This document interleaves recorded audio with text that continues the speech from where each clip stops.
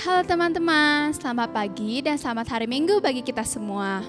Nah teman-teman, kita harus tetap bersyukur ya, meskipun pada kebaktian minggu ini harus tetap diadakan secara online.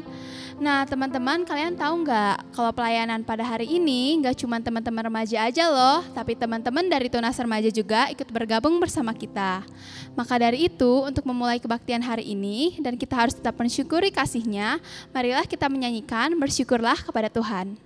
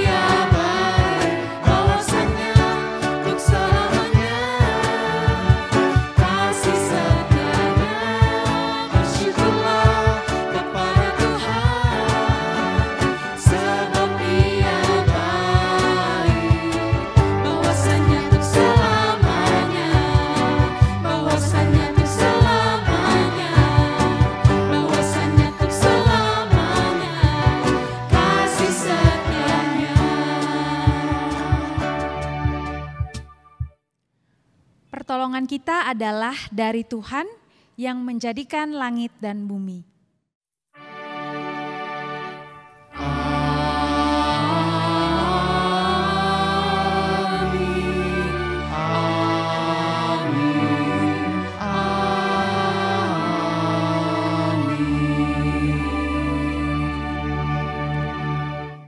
Tuhan besertamu Dan besertamu juga.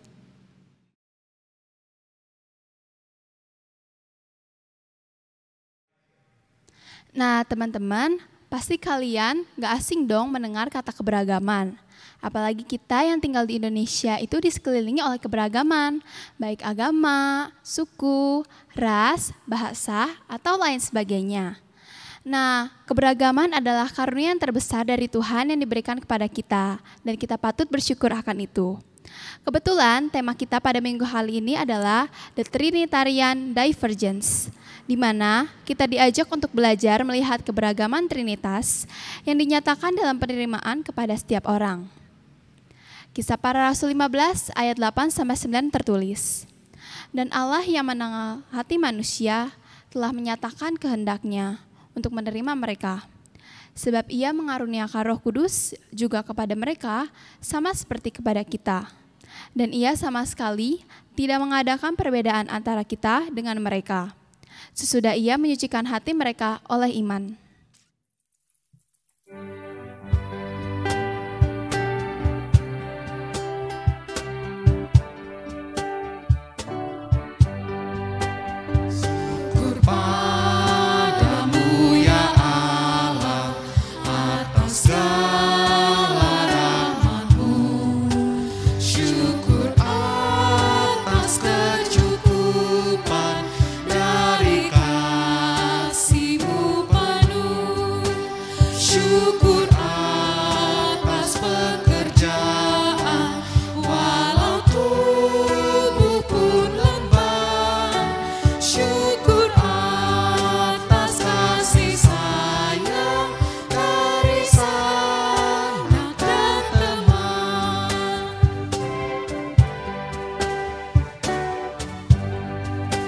Syukur atas bunga mawar harum indah tak berperi.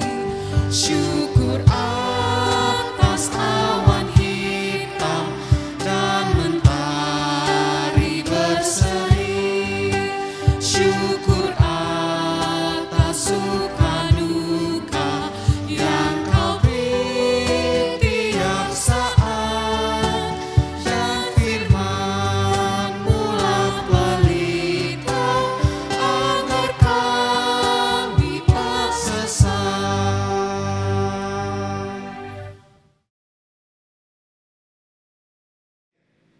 Nah, teman-teman, pasti selama kita hidup, kita tidak terlepas dari kesalahan yang kita perbuat ataupun dosa yang kita perbuat. Kita mungkin sulit untuk menerima orang lain atau mungkin memaafkan orang-orang di sekitar kita. Maka dari itu, aku mengajak teman-teman semua untuk memohon ampun kepada Tuhan. Mari kita datang memohon pengampunan kepada Tuhan. Mazmur 32 ayat 5. Dosaku kuberitahukan kepadamu, dan kesalahanku tidaklah kusembunyikan. Aku berkata, aku akan mengaku kepada Tuhan pelanggaran-pelanggaranku, dan Engkau mengampuni kesalahan karena dosaku. Amin.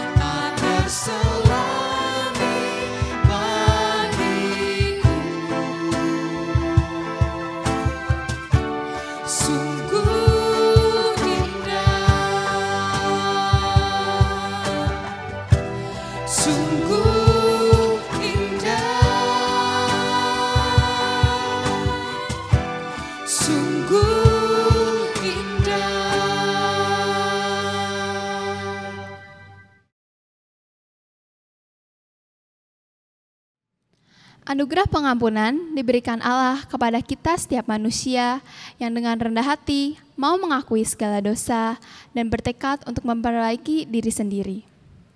Efesus 1 ayat 7-8 berkata, "Sebab di dalam Dia dan oleh darahnya kita beroleh penebusan, yaitu pengampunan dosa, menurut kekayaan kasih karunia-Nya, yang dilimpahkannya kepada kita dalam segala hikmat dan pengertian." Demikianlah berita anugerah dari Tuhan. Syukur kepada Allah. Kita bersyukur karena Tuhan dengan setia memberikan anugerah-Nya kepada kita. Mari kita ungkapkan syukur kita dengan menyanyikan, "Ya Allah, kasih-Mu besar."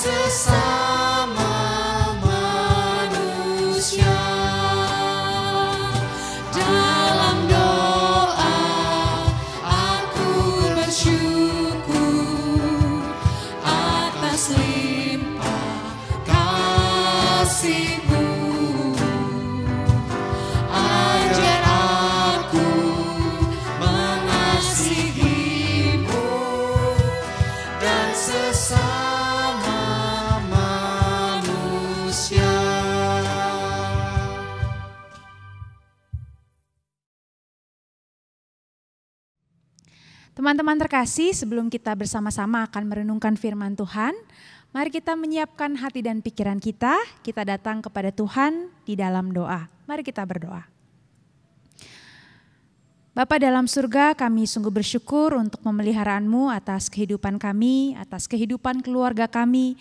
Saat ini Tuhan, kami menyiapkan hati kami untuk kembali disapa oleh firman-Mu. Biarlah dari tempat kami masing-masing, Engkau memampukan kami untuk bisa mendengarkan dengan baik, berkonsentrasi dengan baik, sehingga firman-Mu sungguh mendapat tempat, bahkan berbuah lewat kehidupan kami satu persatu. Terima kasih ya Allah, pimpinlah kami, dalam Kristus Yesus kami naikkan doa ini. Amin. Bacaan bagi kita hari ini diambil dari Kisah Para Rasul, pasal 15, ayat 5 sampai 12. Kisah Para Rasul pasal 15 ayat 5 sampai 12. Demikian tertulis. Tetapi beberapa orang dari golongan Farisi yang telah menjadi percaya datang dan berkata, orang-orang bukan Yahudi harus disunat dan diwajibkan untuk menuruti hukum Musa. Maka bersidanglah rasul-rasul dan penatua-penatua untuk membicarakan soal itu. Sesudah beberapa waktu lamanya berlangsung pertukaran pikiran mengenai soal itu, berdirilah Petrus dan berkata kepada mereka, "Hai saudara-saudara, kamu tahu bahwa telah sejak semula Allah memilih aku dari antara kamu, supaya dengan perantaraan mulutku bangsa-bangsa lain mendengar berita Injil dan menjadi percaya. Dan Allah yang mengenal hati manusia telah menyatakan kehendaknya untuk menerima mereka. Sebab ia mengaruniakan Roh Kudus juga kepada mereka sama seperti kepada kita. Dan ia sama sekali tidak mengadakan perbedaan antara kita dengan mereka, sesudah ia menyucikan hati mereka oleh iman. Kalau demikian, mengapa kamu mau mencobai Allah dengan meletakkan pada tengkuk murid-murid itu suatu kuk yang tidak dapat dipikul, baik oleh nenek moyang kita maupun oleh kita sendiri? Sebaliknya, kita percaya bahwa oleh kasih karunia Tuhan Yesus Kristus, kita akan beroleh keselamatan sama seperti mereka juga. Maka diamlah seluruh umat itu, lalu mereka mendengarkan Paulus dan Barnabas menceritakan segala tanda dan mujizat yang dilakukan Allah dengan perantaraan mereka di tengah bangsa-bangsa lain. Demikianlah pembacaan Alkitab. Berbahagialah setiap kita yang mendengarkan firman Tuhan dan yang melakukannya. Haleluya, haleluya, haleluya.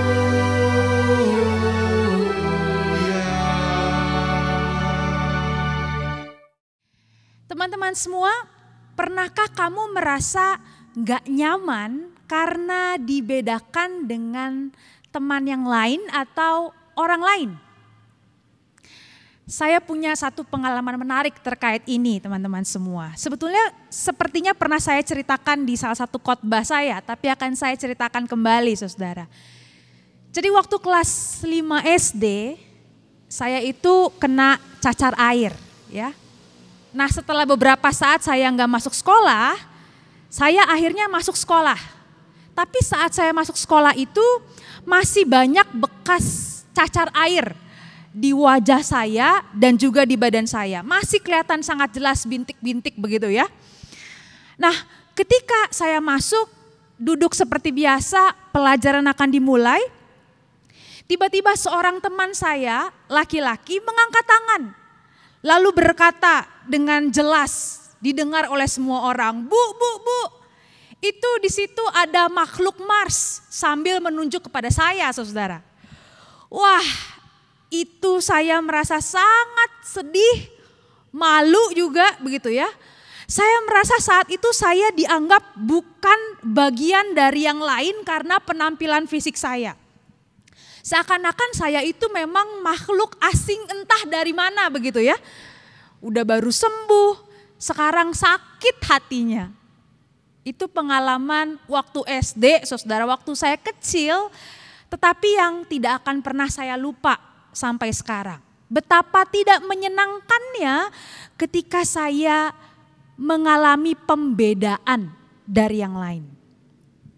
Saudara, perbedaan dan pembedaan tidaklah sama. Di satu sisi perbedaan itu adalah sesuatu yang gak bisa kita hindarkan. Ya, kita semua lahir di dunia ini dalam perbedaan. Kita beda jenis rambut, kita beda warna kulit, kita beda bentuk hidung. Bahkan orang yang kembar identik pun, saudara, udah kembar identik lagi gitu ya, tetap punya perbedaan. Itu baru dari segi fisik. Belum lagi kalau kita bicara soal karakter, sifat, pola pikir. Waduh, rambut boleh sama-sama hitam, tapi pola pikirnya bisa sangat berbeda, saudara. Ya, sekali lagi kita adalah makhluk yang sungguh berbeda satu dengan yang lain, sekalipun kita sama-sama manusia. Nah, saudara-saudara, yang sesungguhnya berbahaya dalam kehidupan kita bersama bukanlah perbedaan itu. Tadi ya, karena perbedaan sesuatu yang gak bisa kita hindari. Tetapi yang berbahaya ketika di dalam perbedaan ada pembedaan. Apa itu, saudara, pembedaan? Pembedaan adalah ketika kita mulai memasukkan orang-orang yang berbeda ini dalam tanda kutip ya, kotak-kotak tertentu. Lalu kita memberikan label terhadap orang-orang tersebut. Ya, orang dari golongan suku ini tuh lebih baik dari golongan suku yang lain. Atau misalnya, orang dari status ekonomi yang ini lebih berharga dari orang dengan status ekonomi yang lain. Orang dari kelompok good looking seperti ini nih, wah ini nih teman-teman kita. Kalau orang-orang yang gak good looking, jauh-jauh deh, itu bukan kelompok kita. Nah saudara, kalau kita mulai melakukan penilaian dan pembedaan semacam itu, disitulah sebenarnya kita mulai mengingkari panggilan iman kita, dan di saat yang sama kita juga tengah merusak kehidupan kebersamaan dalam masyarakat kita. Kita jadi orang yang mudah memandang sebelah mata, mudah meremehkan, mudah mencela, mudah menjauhi, menjaga jarak dari mereka yang kita anggap berbeda dengan kita. Teman-teman terkasih, di hari Pentakosta ini, tema kita adalah The Trinitarian Divergence. Saudara, apa itu divergence?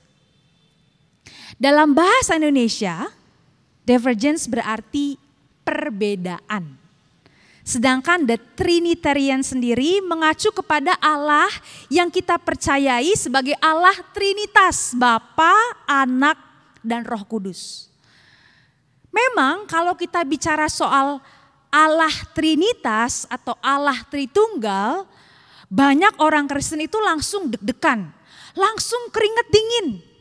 Kita merasa, aduh gimana cara saya menjelaskan tentang Allah Tritunggal? Saya bingung, saya tidak mampu memahami. Saudara, secara sederhana, Allah Trinitas adalah Allah yang kita percaya hadir dalam 3 pribadi, yaitu Bapa, Anak, dan Roh Kudus. Ketiga pribadi Allah ini punya kekhasan dan keunikan masing-masing, tetapi yang tetap ada dalam satu kesatuan yang tidak dapat dipisahkan sama sekali satu dengan yang lain.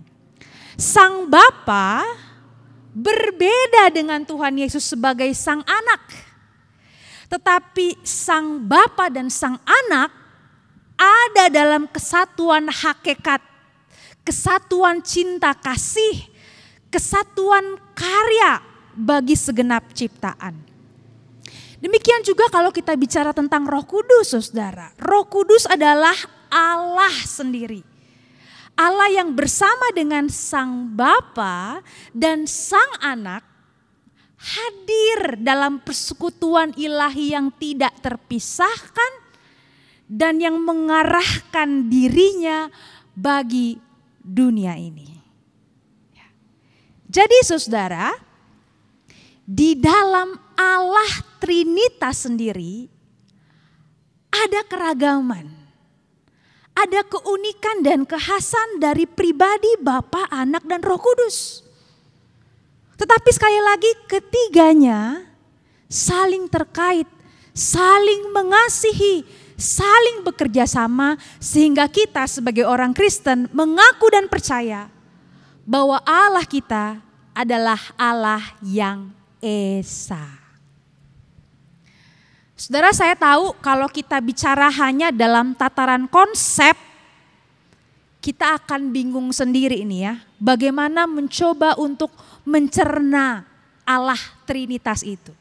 Tapi mari kita bersama-sama menarik konsep itu sekarang ke dalam kehidupan kita sehari-hari. Yang pertama yang menjadi sangat penting saudara, orang yang percaya pada Allah Trinitas seharusnya adalah orang-orang yang memang menghargai betul yang namanya perbedaan. Orang yang percaya kepada Allah Trinitas seharusnya adalah orang yang sungguh-sungguh menjauhkan diri, tidak nyaman dengan sikap-sikap eksklusif yang sempit, otoriter, mau menang sendiri. Kenapa saudara?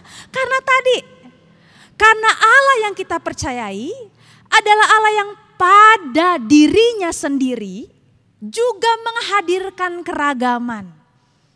Allah yang pada dirinya sendiri juga berelasi, membuka diri satu sama lain dalam ikatan kasih yang utuh dan sempurna. Saudara, dalam bacaan kita tadi diceritakan bagaimana ada pertentangan di antara orang-orang percaya dari kalangan Yahudi. Mereka ini berselisih paham tentang orang-orang yang baru percaya dari golongan non-Yahudi. Ya. Ada beberapa orang dari golongan Yahudi yang berkata bahwa ya meskipun mereka sudah percaya, orang-orang non-Yahudi ini harus dong disunat, harus ikut kita, wajib menuruti hukum Musa. Padahal di sisi yang lain, buat orang-orang non-Yahudi, wah itu bukan budaya kami, itu bukan adat istiadat kami. Haruskah kami sebagai orang-orang non-Yahudi menjadi Yahudi karena kami percaya kepada Kristus Yesus? Saudara, pandangan yang memaksakan orang-orang non-Yahudi ini untuk menjadi Yahudi bersumber dari pola pikir, ya kitalah bangsa Yahudi, bangsa Israel, bangsa terpilih, bangsa yang pasti lebih baik dari yang lain. Maka kalau orang-orang itu juga ingin terpilih, diselamatkan, mereka harus menjadi sama seperti kami, orang-orang Yahudi. Nah saudara, di tengah pertentangan ini, Rasul Petrus kemudian memberikan pendapatnya. Saya akan coba bahasakan kata-kata Rasul Petrus itu secara sederhana saudara ya. Intinya dia berkata, "Hei kawan-kawanku orang Yahudi, Roh Kudus itu hadir dalam diri, dalam hati orang-orang non-Yahudi sama seperti ia hadir dalam diri kita nih, orang-orang Yahudi." Ya. Jadi kenapa kita harus menyusahkan mereka dengan aturan-aturan milik kita? Di ayat 11 Rasul Petrus berkata, kita percaya bahwa oleh kasih karunia Tuhan Yesus Kristus, kita akan beroleh keselamatan sama seperti mereka juga. Jadi inilah yang penting. Bagi orang-orang Yahudi maupun orang-orang non-Yahudi, keselamatan itu adalah anugerah. Bagi dua kelompok ini saudara, keselamatan itu adalah hak Allah, anugerah Allah, bukan semata-mata sesuatu yang bisa didapatkan dari hasil usaha atau hasil perbuatan menaati hukum-hukum tertentu. Maka bagi Rasul Petrus, biarkan orang-orang non-Yahudi tetap menjadi diri mereka sendiri tanpa perlu dipaksa untuk mengikuti aturan-aturan keyahudian. Biarlah mereka tetap percaya, taat pada Tuhan Yesus, berkembang dalam proses iman mereka, dalam keunikan dan kekhasan mereka sendiri. Tanpa perlu mereka menjadi sama seperti kita orang-orang Yahudi. Biarlah Roh Kudus tetap berkarya di tengah segala perbedaan. Karena Roh Kudus sendiri pada dasarnya adalah roh yang mempersatukan, bukan mencerai-beraikan. Teman-teman yang terkasih, mari kita jujur bertanya pada diri kita masing-masing saat ini. Apakah di tengah masa muda kita, di tengah masa remaja kita saat ini, kita termasuk orang-orang yang sering melakukan pembedaan terhadap orang-orang di sekitar kita? Apakah kita termasuk orang-orang muda yang sering bangun kelompok-kelompok eksklusif? Ini teman kita, ini golongan kita, ini geng kita. Dan kemudian kita memandang rendah kelompok di luar kita. Kita bahkan enggan bergaul, membangun tembok. Apakah kita cenderung meremehkan saudara? Mereka yang berbeda latar belakang dengan kita. Entah itu suku, entah itu agama, entah itu status ekonomi dan yang lain. Mari teman-teman hari ini, di hari Pentakosta, kita kembali mengingat bahwa kuasa Allah yang telah terculah dalam hati kita masing-masing melalui Roh Kudus adalah kuasa yang memampukan kita untuk hidup dan menghargai perbedaan. Bahkan seperti Allah Trinitas itu, Allah Tritunggal itu, kita kemudian menjadi orang-orang yang dimampukan untuk menyatakan kasih di tengah segala perbedaan yang ada. Teman-teman percayalah bahwa dengan kita membuka diri kita bagi siapapun dari latar belakang apapun, membangun relasi dan komunikasi yang baik, percayalah kita tidak hanya menambah teman, tetapi juga sebagai remaja yang berkembang menjadi orang dewasa, kita sungguh diperkaya dalam pola pikir, dalam perspektif baru yang memampukan kita bersama semakin jadi berkat untuk bangsa ini. Mari kita hidup di tengah perbedaan dan jangan membedakan. Biarlah kuasa Allah Trinitas sungguh memampukan kita hidup penuh kasih bersama dengan mereka yang berbeda. Tuhan menolong kita. Amin.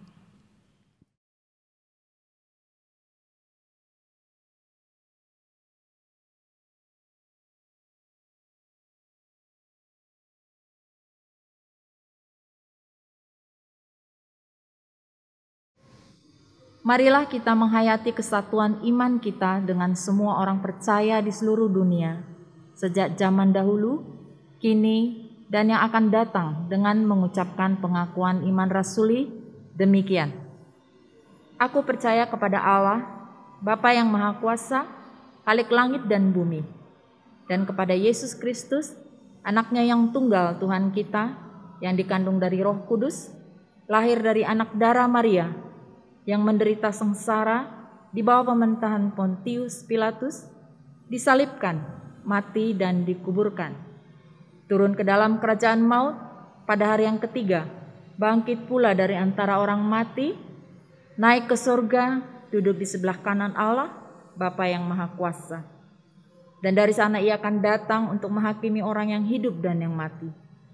Aku percaya kepada Roh Kudus, gereja yang kudus dan am, persekutuan orang kudus, pengampunan dosa, kebangkitan orang mati, dan hidup yang kekal.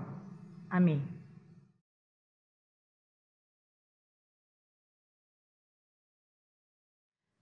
Mari kita bersama menaikkan doa syafaat kita.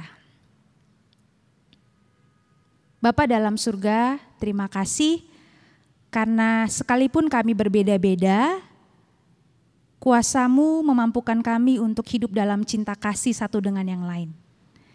Saat ini kami hendak menyatakan cinta kasih kami lewat doa syafaat kami Tuhan.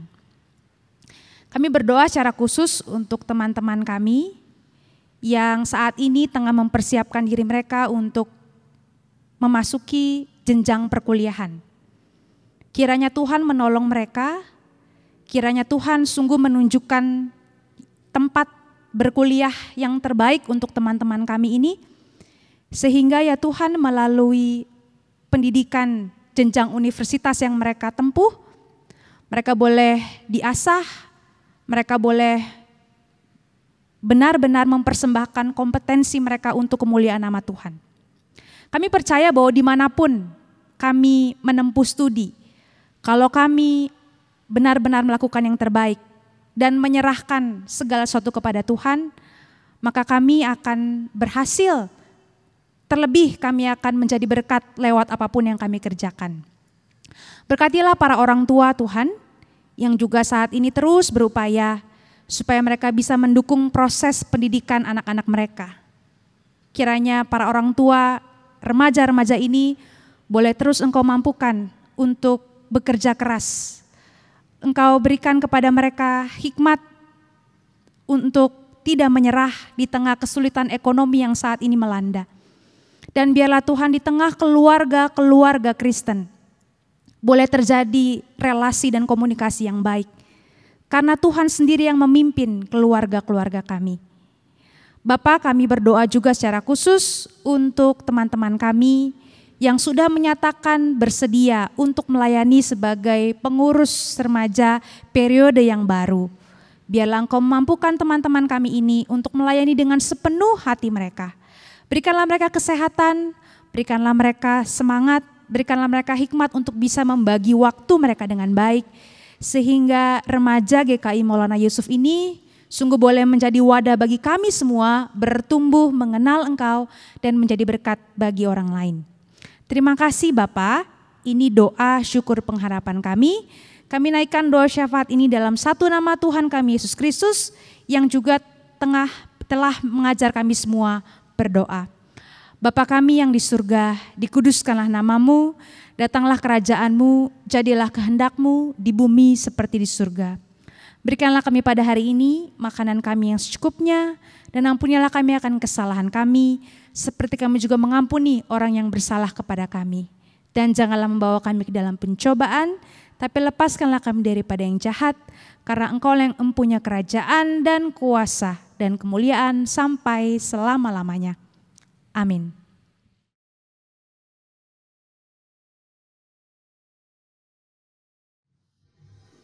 Tuhan sudah memberikan begitu banyak hal dalam hidup kita, berkat-Nya yang tidak terhitung jumlahnya.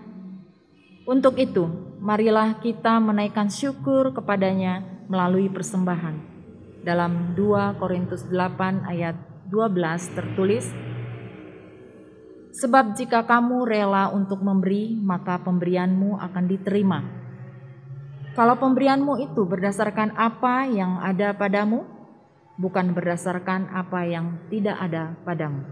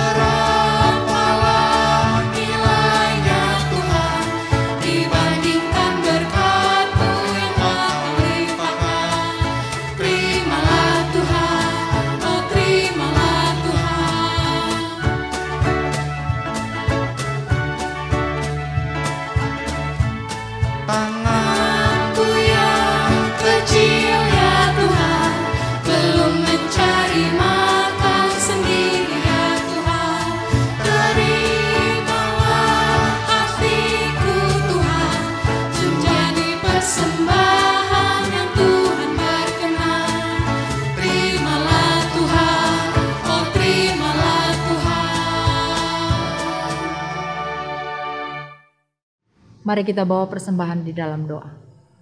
Mari kita berdoa.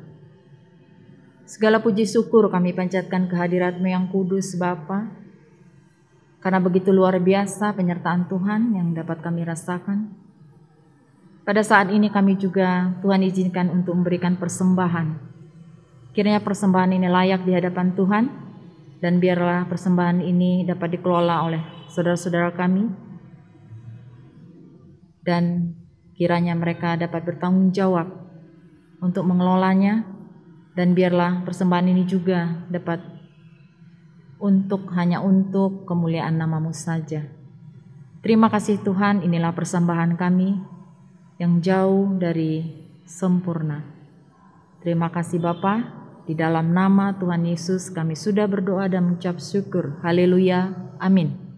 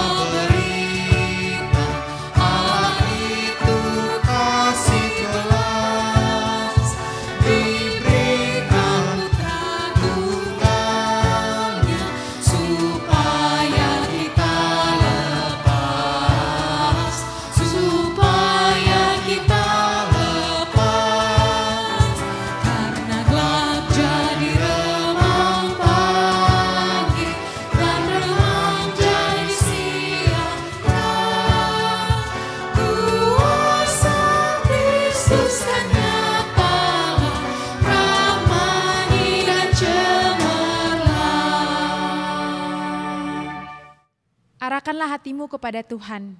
Kami mengarahkan hati kami kepada Tuhan. Jadilah saksi Kristus. Syukur kepada Allah, Terpujilah Tuhan. kini dan selamanya. Terimalah berkat-Nya. Anugerah dan sejahtera dari Allah Bapa dan kasih Tuhan Yesus Kristus serta persekutuan dengan Roh Kudus senantiasa menyertai kehidupan saudara sekalian dari sekarang sampai selama-lamanya.